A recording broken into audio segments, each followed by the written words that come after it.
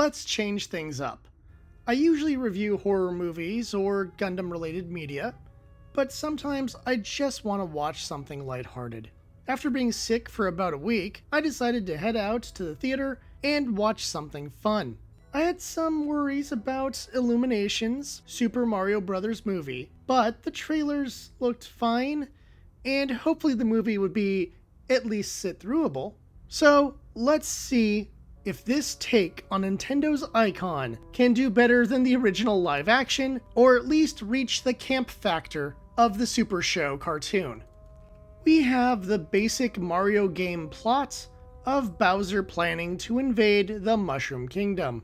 This time, Bowser gets a hold of the Superstar, which will make his army unstoppable. Meanwhile, in Brooklyn, Mario and Luigi are struggling with their plumbing business. It kind of reminds me of the opening of the live-action movie, but more fun. Fate intervenes, and the brothers get sucked down a pipe and enter the world of the Mushroom Kingdom. Luigi ends up in the lands ruled by Bowser, which leaves him out of the story for the most part.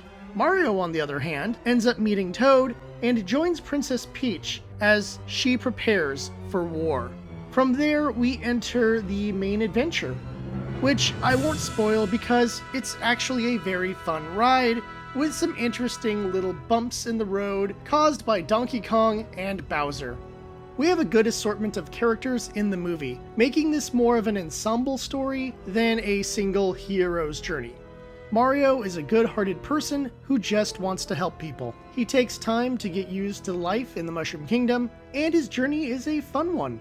Chris Pratt does a fine job with the voice, but I understand if people don't like it. The best part of this version of Mario is that we see him go from a good-hearted loser to a hero who can inspire others.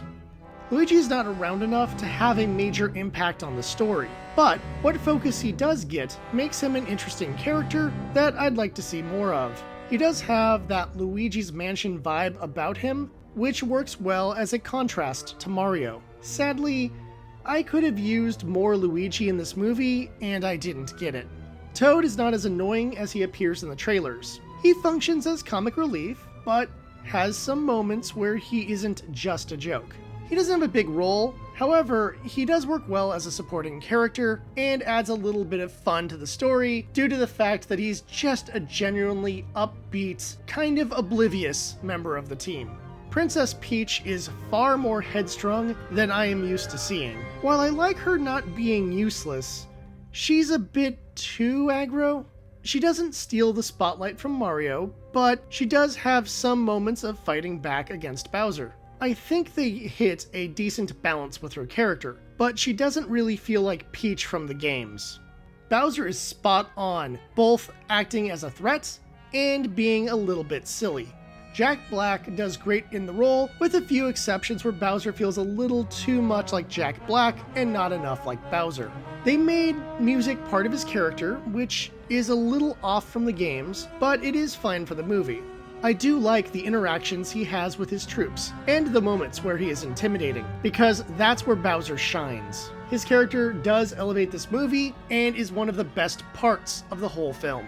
Donkey Kong is also in this movie. He isn't bad, but kind of feels out of place. He does get some fun moments. You can tell it's Seth Rogen because he doesn't do much to hide his voice, and he uses that stupid laugh all the time. Donkey Kong gets a decent minor arc and even works as a nice foil to Mario, which is an enjoyable surprise. He doesn't ruin the movie, but ideally he won't be back in a sequel. Overall, I like how the characters are handled. You can tell there is love for the characters, and they try to match the personalities from the games as best they can. There are also moments that remind me of the team dynamic from the Super Show cartoon. I feel that fans won't be disappointed in how the characters are handled, despite a few flaws. One of the strongest parts of this movie is the sound design. The world has all the effects you would expect, and we get some iconic Mario themes in the movie. The music is wonderful, with both nice orchestrated versions of game themes and a few fun remixes. It really helps make the movie feel more like the games, which is something most video game movies don't do. On the strange side, we get a song from Bowser. It comes out of nowhere and is very silly, but it fits the tone of the movie. It doesn't feel in character for the game version of Bowser, however, I didn't find it too distracting in the course of the film. Frankly, Jack Black began as kind of a comedy musician, and this gives him the chance to kind of pull that off once again, and I think he did a good job with the song. The controversial part of the audio is the inclusion of licensed music. When in the real world, I think this is fine. It gives a sense of diegetic energy to the scenes, but when it is used in the Mushroom Kingdom, it is a bit odd. It doesn't come up too often, but it can take you out of the movie. Despite that, the soundscape of the movie is great, and really shows how much the creators of the movie cared about the source material. One of the benefits of the CG style of animation is that they can make the movie look just like the games. This does mean the real world doesn't look very real. However, if you consider Mario Odyssey, then it's a good reflection of that game. All the iconic creatures, power-ups, and imagery of the Mario universe all look like what they should look like. The Mushroom Kingdom feels as real as it can due to how well designed everything is. The various action scenes are also well done, with different characters getting highlight moments. No matter how chaotic things get in the movie, the visuals stay strong. You can tell they put quite a bit of effort into making this movie look authentic.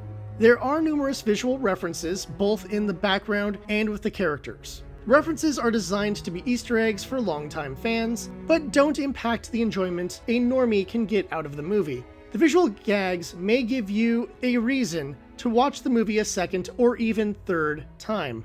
Normally, I'm not a fan of member berries in movies or TV shows. However, since most of these are background gags or items the characters are using, it doesn't come off like manipulation, and instead comes off like the creators showing their love for the franchise. Overall, the visuals are great and make this a very vibrant experience.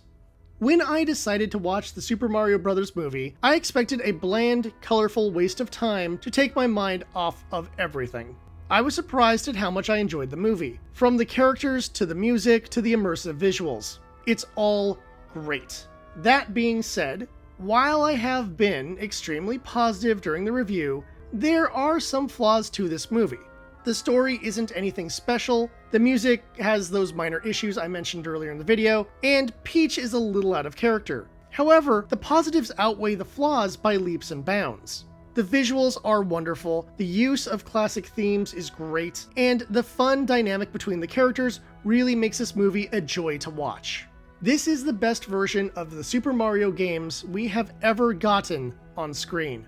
While I have nostalgia for the Super Show cartoon, which was campy fun for the most part, having a more serious take without getting too serious works really well.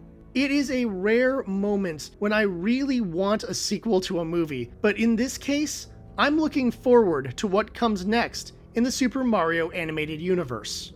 If it isn't clear yet, I highly recommend this movie. It is a fun time and lacks the flaws that show up in many modern family films. If you have seen the movie, then let me know in the comments what you thought of it. Until next time, please like and subscribe, and I'll see you at the tavern.